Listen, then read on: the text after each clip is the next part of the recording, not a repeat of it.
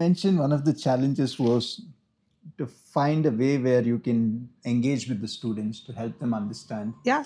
How did you find the routine that works for you? It's not the routine that works to me. I have to figure out how the kid is going to learn that, because if I write it on the board and he doesn't get it, then I have to communicate in a different way, and this is where communication comes in. So there are so many ways of teaching. You can by looking, by hearing, by doing.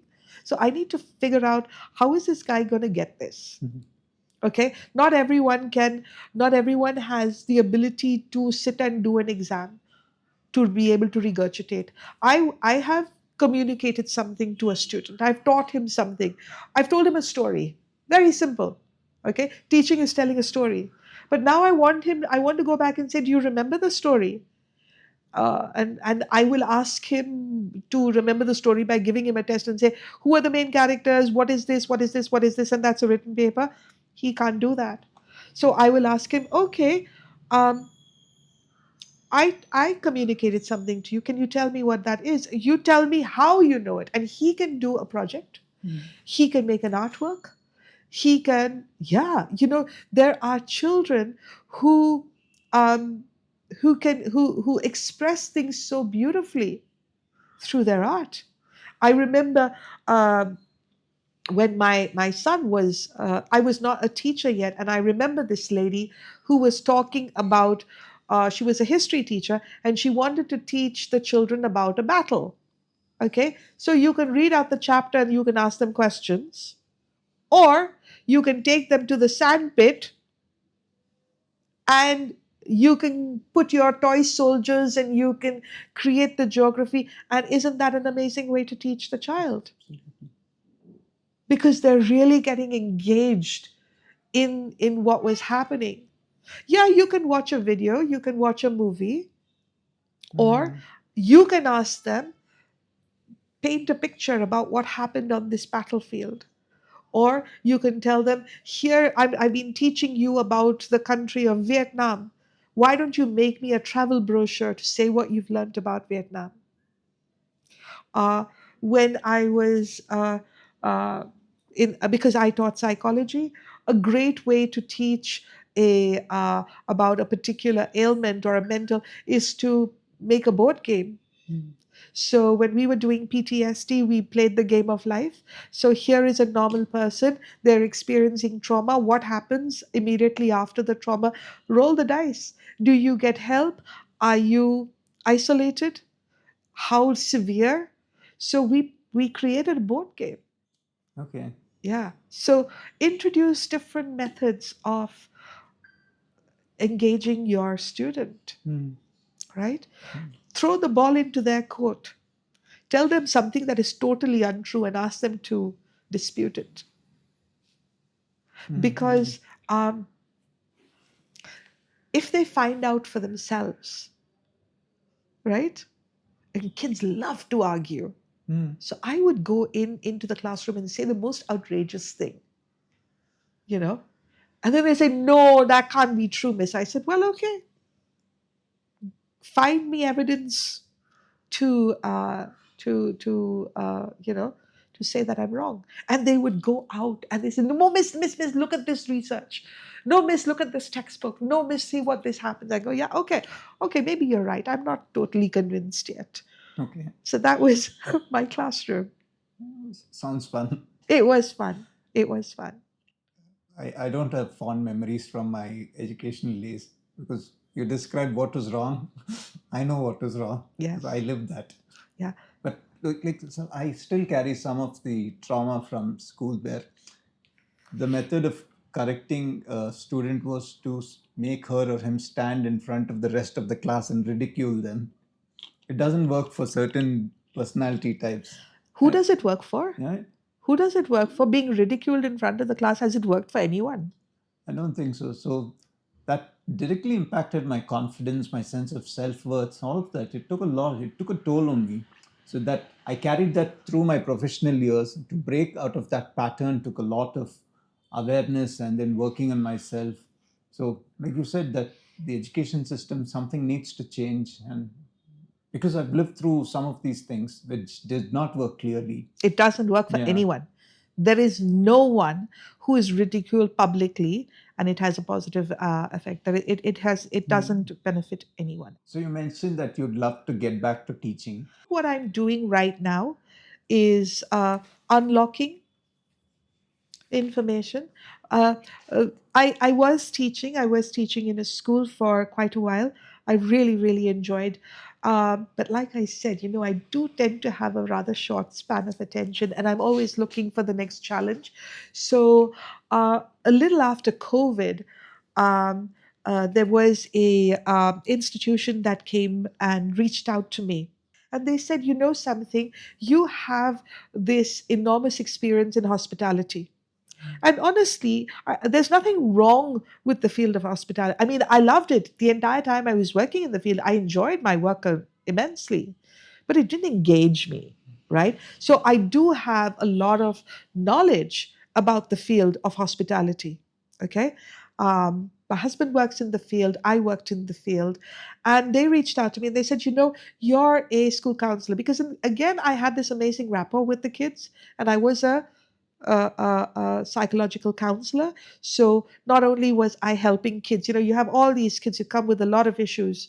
And I'd made this beautiful room in the school where they could come, they could color. I had tons of stuff that they could engage in, because sometimes when kids have anxiety or depression, they just need to be engaged. They just need to be feel heard. They need to be in a nice environment. I had a room and I had bean bags and I had Play-Doh. I had art, color pencils, so they could come, they could play with textures. I had all sorts of stuff in my classroom that they could engage in. I was a counselor, and then when the school saw that I did well, and they said, look, can you also do guidance counseling, which helps kids make a decision? So that was another learning, um, a leap in learning for me. I had to learn about what is this, how do we, there's a lot of paperwork involved, which is primarily what a lot of guidance counselors do, because when you are processing applications for children in grade 12, there's a lot of paperwork involved. Their grades have to be collated. Their universities want to know that the children are sending authentic documents. There's a lot of paperwork, so that there is that. But I always felt that this is not just a clerical job that I'm doing. I really want to get in and talk to a child and find out what do they want to do, how do they want to do it, where do they want to go. And like I said, personal, I think I'm so happy for all the challenges that I've come. I'm saying this, there's a lot that's gone wrong in my life. I mean, uh, family issues, struggles with children, financial problems. But with every challenge that came, there was a learning curve. And a challenge is, something bad is only something bad if it is left like that. But if you can learn from it, and if you can grow from it, and if you can take what you've learned and share it with someone, I think that's, Yeah. yeah, that's why it happened in the first place. So like I said, I had tons of problems. I mean, every mistake that I could have made as a mother, as a young person, I made it. I didn't listen to people when they tried to tell me what my profession was. I got married too early. I raised the kids my best idea. I made tons of mistakes over there. Okay. I had a tumultuous, the first 15, 20 years of my marriage was crazy, you know. But I mean, all these things, if you say that this happened to me and I learned from it and I'm able to advise or help somebody else, then it was worth going through that. So yeah, sorry, I lost my train of thought, but we were talking about being able. So from being a teacher, I went on to being a counselor, and I went on to helping kids with their college applications, and then I met somebody who said, "Listen, you have this entire body of experience in hospitality, and you are also a teacher, and we have a culinary school, and I think you'd be ideal to go out and." Talk to kids and inspire them, or to advise them and mentor them if they're interested in this profession. So I said, yeah, that's cool. And I did, make this change about 5 years ago, where I moved from working in a school to working with higher education in what we call outreach. Okay, so in outreach, basically, I find myself going to schools all over India and talking to kids about um, what university life and higher education can be, how they can make good decisions about their higher studies.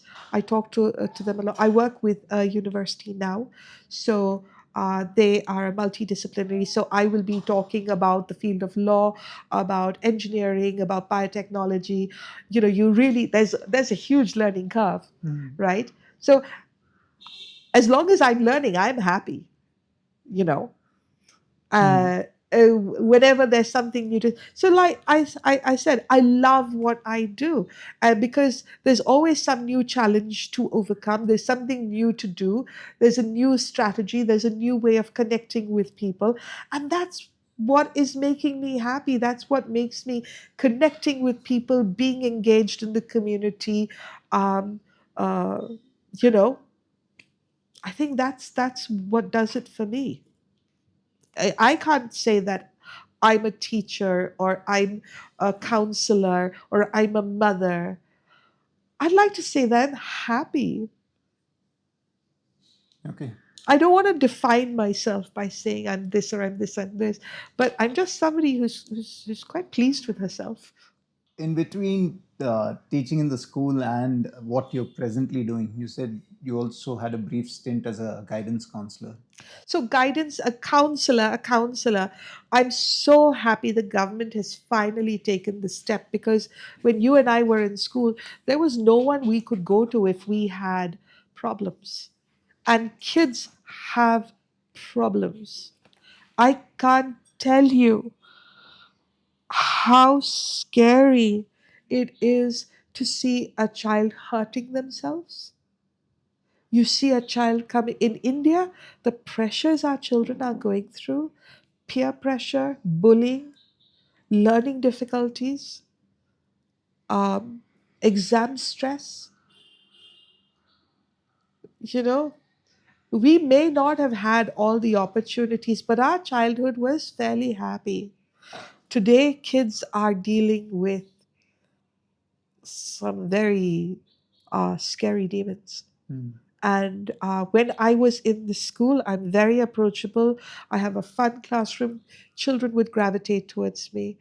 And, you have this quiet conversation with a child, and she's desperately unhappy because she can't make her parents happy. Her grades are not that great. Her friends are bullying her. She's feeling left out. And you just have to connect with them to make them feel heard, to give them some coping strategies. There's not a lot you can do. Yeah. Okay, I never met a child that was not that a hug. That's all they needed sometimes. Somebody who could sit with them, and you know I had on my table, I used to love these coloring sheets, and somebody has come to you and you can see their tears here, you know and hi, come on in, come sit with me, look, I've just printed out these sheets, do you feel like coloring? Let's color. And while they're coloring, the entire story comes out, and they just want to be heard. So that was I still do that. But yeah, that's a good step in terms of having guidance counselors in schools. Yes, yes, I it is knew very important. I needed one when I was raised in a joint family, and I went through a lot during my schooling, and I didn't know who to. It broke me inside. I still haven't recovered from some of them. I'm still learning how to. I need to reach out to people, talk to them, and that shaped my entire life. And if the government has taken steps like that, then it's wonderful that students have someone. There's fear of going home and talking, for fear of being blamed for the situations I put myself in. Would they understand? What would happen if I rat out the people who did that to me with something else? So they're driven by so many fears. But if you know there's someone you can talk to, and then just Safe, safely, yes. safely. that here is someone who's not going to rat me out. Yes. I made things very clear. I made things very clear to kids. If you've goofed up, it's not that I'm not going to rat you out. I'm going to help you to come to terms with it. So there were a lot of kids who were, if I found out a kid was smoking, say, listen, dude, that's not good. It is my duty to tell your parents, Mm. but I'm not going to do it until you find a way to sort this out. And I'm helping you. I want to stand by you. You are going to get into trouble. Dude, you do the crime, you get the, you do the crime, you do the time.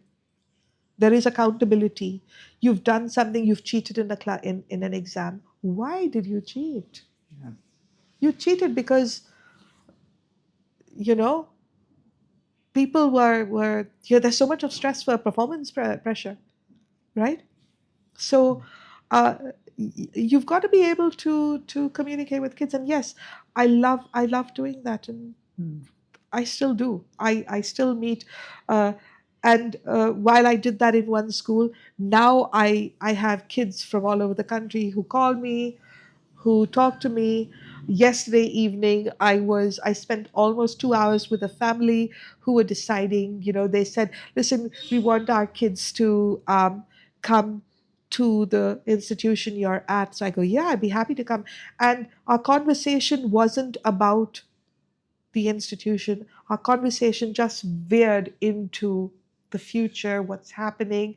Parents are letting their kids, it's a difficult time for parents as well, that we're investing this money. What is going to happen to him? There are so many fears a parent will have. We're sending him to a different country, a different city. How is he going to manage all these things? So you need to be able to talk. You need to be able to share, like, listen, this is what happened to me. Mm. And if something happens, I'm here. Let's talk about it. One of the first places that I went to, when I got interested in human behavior, okay, I told you I had an amazing counselor. I didn't know that I wanted to go to university yet, but there was this small community of people who were just helping lay people to become better counselors. Sorry, I'm going to pause for a drink of water.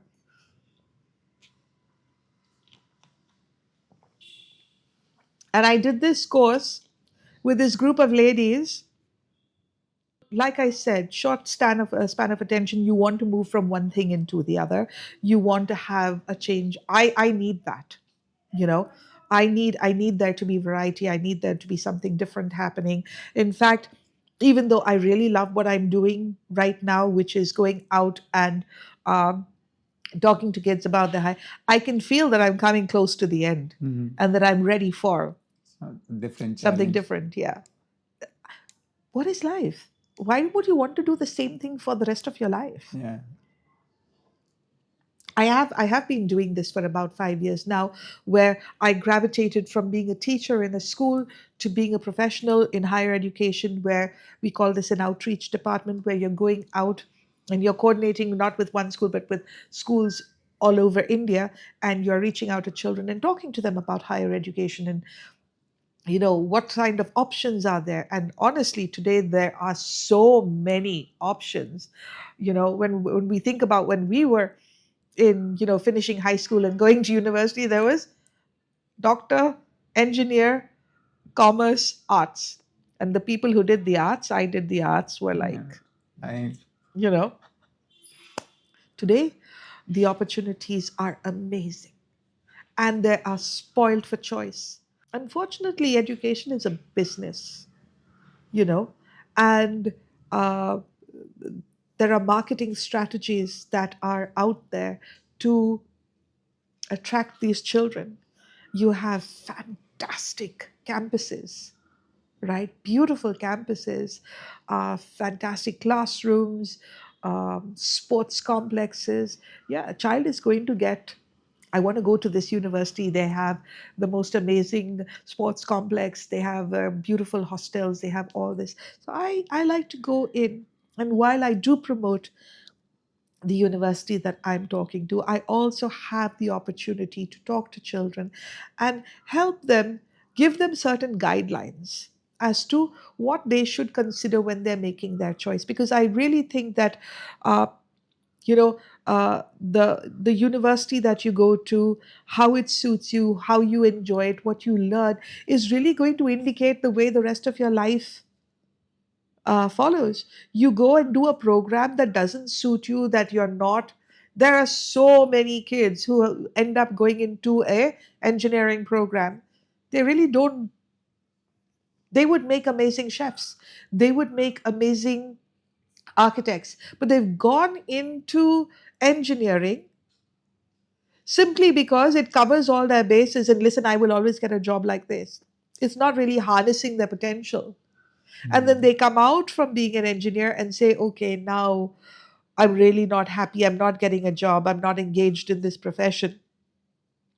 So I'm going to sit and do some diploma courses. I'm going to do this. I'm going to be. Why waste those 4 years? Those are the most important years of your professional life, where you are building a foundation of what your profession and how you're going to earn your living. Do the research, dream about it, plan about it. And that's what I talk to kids about now. Yeah. And that's what I find a very fulfilling part of my life, Okay. my professional life. Okay. So you mentioned that at 40 you restarted your career. What were some of the challenges that you faced?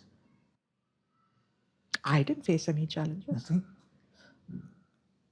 No, it was such a fun time because I got into a classroom with all 20-year-olds. I upset the whole, what is it called? I upset everyone over there, because here you have all these 20 somethings who are doing their masters, they finished their graduation, and they're all 21, 22, and you throw a 40-year-old in with them. It upsets the entire balance. Yeah. It didn't affect me. I was there. I got on with all of them. Okay. So for anyone out there who's struggling, let's say in their mid 30s or 40s, from your own experience, it's never too late. What is the only thing that you require to restart your career? You need to want it. Nobody can tell you, you should do this or you should do this. If you feel that it will benefit you, and that you will learn from it, and that it will plant a seed, and that it will take you somewhere, you will do it. Of course, there are a lot of people who don't have that luxury, because maybe they are responsible for. They're responsible for being financial. They need to be financially responsible for their families or something like that. They have a job. They don't have time to go back to a university program. They don't have the resources to go back into a university program. Or maybe, a lot of people I know, they have not really taken care of. I mean, like I said, I love learning, and I was very clear that I got my degree. I got a good degree, that everything was in order, so that when I went, I said, look, here's my high school diploma, here is my graduation, so your papers are in order. So there are some paperwork that is involved, but I still feel that today you have these programs like Coursera. There are open resource education platforms. You have so many opportunities that you can upskill yourself. Yeah. That if you think that I want this job, I want this, I want to try this, I want to do this, I want to do this, and I really need, there are programs available everywhere to help you upskill. You just need to go and take it. I was very fortunate, because those 2 years that I went to college, I had a whale of a time. You know what I loved during that time? Another of my hobbies is theater. I love drama, and I love, getting involved in theaters. In fact, I've been wanting to do a supper club for the longest time. That means, get dinner and theater together. I have all these ideas about what I want to do. And when I was in college, I had all these, there was sports day. I competed. I was there in the, what do they call it? The, the, when they do a drill and all that. I was there. It was set. I think my kids were too embarrassed to come and see me, because parents like to come and watch their kids doing the sports day drill. But here was No, I don't think my kids ever came, but yeah, because they were busy in school. But here was the mum in the sports day drill with all these 20-year-olds. We had the annual play at Christmas time. I was involved. One year I directed it, the next year I was acting in it. Yeah, I had fun. I mean, if you're going to go back to school and you're going to learn, if you have all the trimmings that come with it, the clubs, the parties, the all that fun, that if you get that as well, isn't that better Yeah, to absolutely. experience going back to school? I mean, my challenge was that it was hard work. I did have to be more organized. I did have to, I had to be responsible for my own kids doing their homework, and I had to do my homework. I had to maintain an attendance. When you're 40 years old, you have to wake. Yeah, I mean, but I didn't find that a challenge at all. Okay. I think that was just something that gave my life structure, and I really enjoyed it. Learning is an ongoing process, and is it important to keep an open mind to learning? I mean, what do you consider learning? What is the definition of learning? Hmm. Learning, the actual definition of learning is adapting to your environment.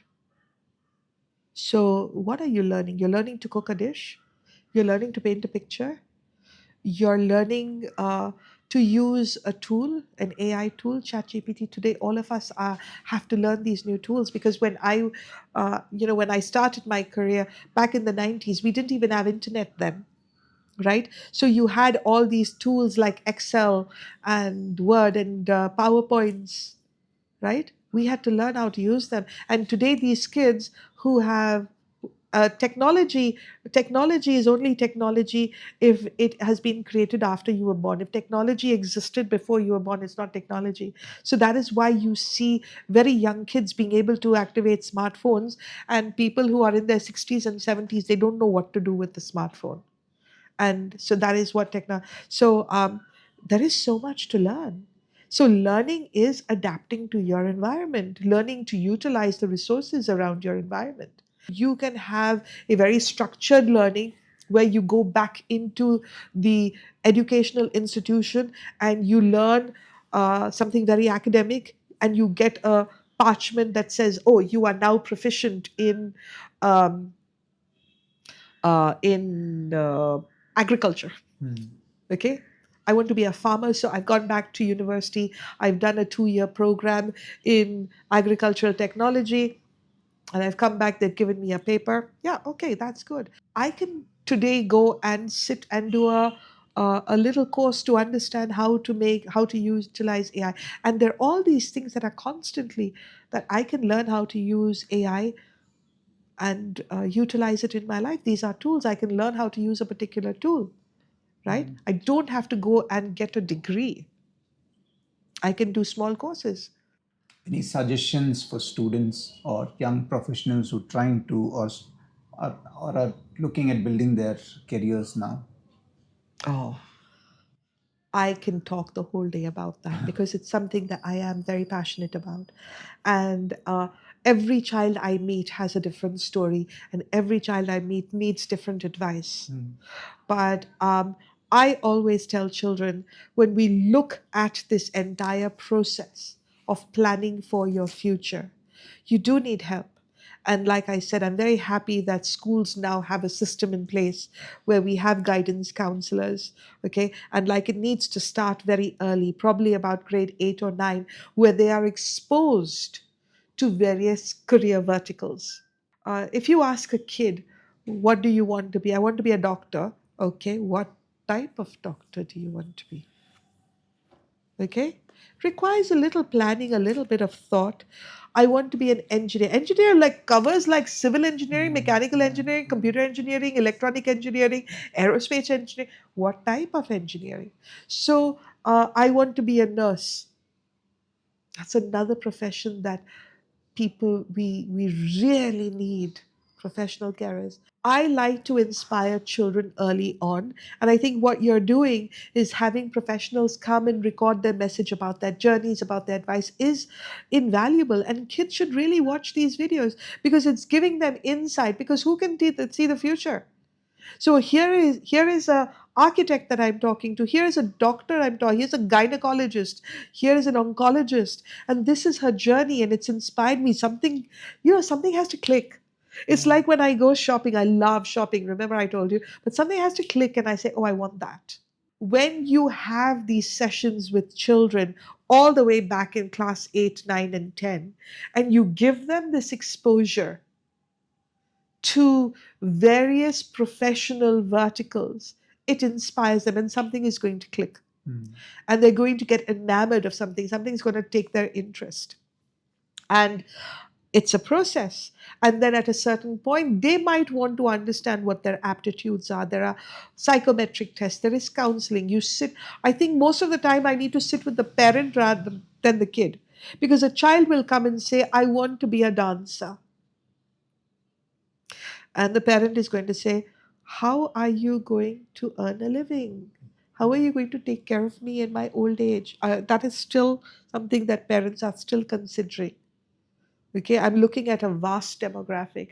There are many people who are very comfortable. They have no need to depend on their children, but they still want their children to be successful. I think that reflects on themselves, right? So we want our children to be contributing members of the community, to be professionally, you know, uh, um, professionally there.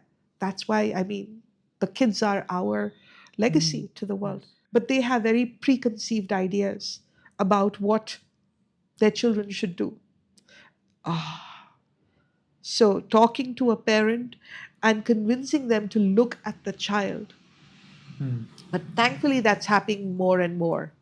You know, thankfully, parents are more open to unconventional career paths: dancers, singers, artists, potters. Yeah, my son became a potter. I'm not happy. But if he's happy and if he can make a living for himself Mm. and if he can do, yeah, that's all I want, right?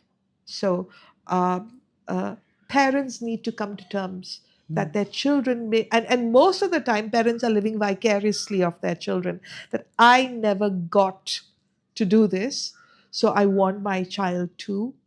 Counseling the parents, and you need to start counseling parents very early as well. Mm. It's a process from the time a child is about 14, 15 to the time that they are 17, 18 and they're graduating from high school. So it is an entire process, and I like to come in and I talk to them about universities. I talk to them about opportunities. And one of the things that I like to talk about, like I said, is to plan, to visualize.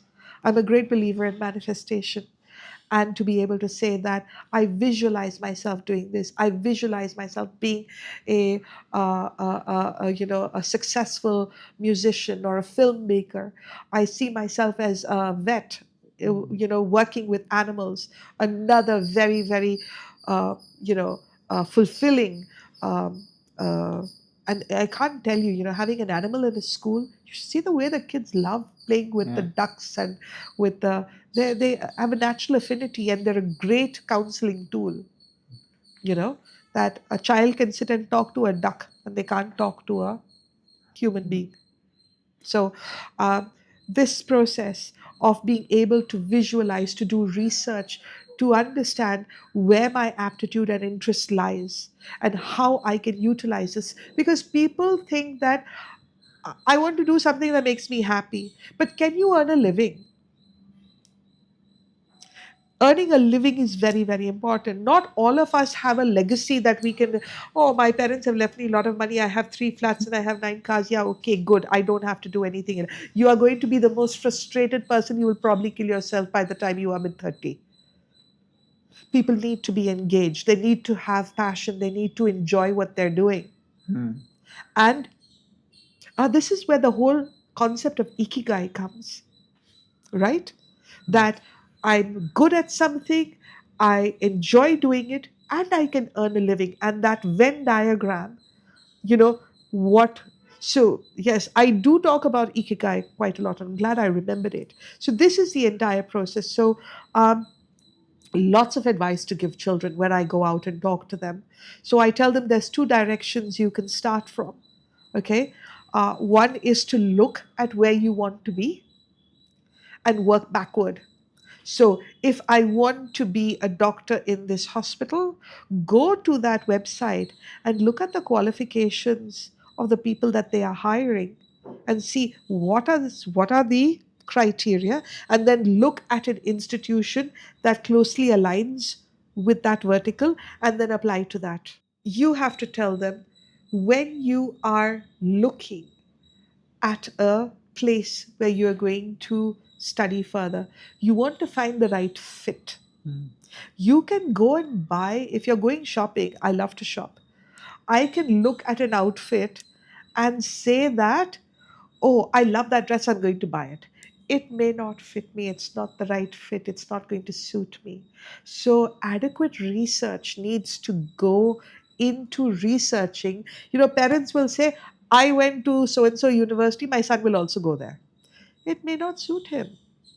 It may not be suitable for the career path or vertical that he's looking at. So, like how you are going to do research in anything that is a lifelong decision, do that research, find out about the university. Is it conservative? Is it a liberal place? um, I always talk about this to parents and to children. Look at the university that you're going to. If you are somebody who's coming from a conservative background and you are going into an environment that's incredibly liberal, that is unstructured, and there are many such places where people are interested in education. They're not interested if you have a relationship or if you're smoking and drinking. They don't care. You come to classroom, you do the work. That's all we're interested in. So if you go into that liberal, there can be a lot of distractions for you. Or if you are outspoken, if you are coming from what we call the international school background, where you are very free, you call your teacher by her first name, you go into a conservative background, university, and then you talk to your professor and say, hey, dude, what's up? You say, get out. So you want to find the right fit. And the right fit is not only the community that you're in, you're going to have to look at who your peers, who your cohort is. You're known by your cohort. Who are the people who are going to be part of your batch? You have some high achievers over there, you're going to be associated with them. Right? So when we talk about right fit, we're looking at the community size of the university. You may want to go overseas, you may want to study in India. Again, there's a lot of advice for people who are going overseas. There's a lot of investment involved yet, but the experience is completely different. Studying in India, you're close to home. uh, you know but even from south to north of India, the diversity is crazy. The cultural differences is amazing. So, right fit, finding the right fit. How do you find the right fit? And then there's a lot of competition at university level, because you have, I find it ridiculous today.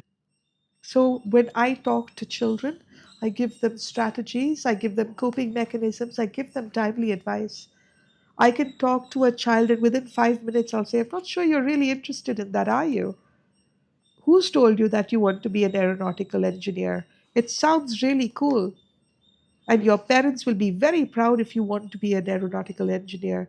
Do you have what it takes? Are you ready to sacrifice? You know, uh, that if you want that, there's a price to pay. There's the hours of study. There is the, regimentation. Yeah. Are you ready to do that? And I always tell children, because, like I said, something has to click, something needs to catch your imagination. It caught me. And that's why I'm having fun doing what I do. You need to research, you need to explore, you need to talk to people. People need to be open to talk to you. You need to be a little humble about what your capability is. There is so much. I can keep talking about this. The entire process. We talk about profile building. We talk today. It's so important when we're talking about the um, engagement. Uh, you can't just go to a university and say, "Here I am, take me." There's competition there as well. So you need to prepare a profile. So I also advise children how to build their profiles, how to present themselves uh, in that application process, so that we're a big country in India. There's so much of competition. So we're fighting for every last, and any help is appreciated. So yeah, that's what I do. So, thank you so much, Andrea.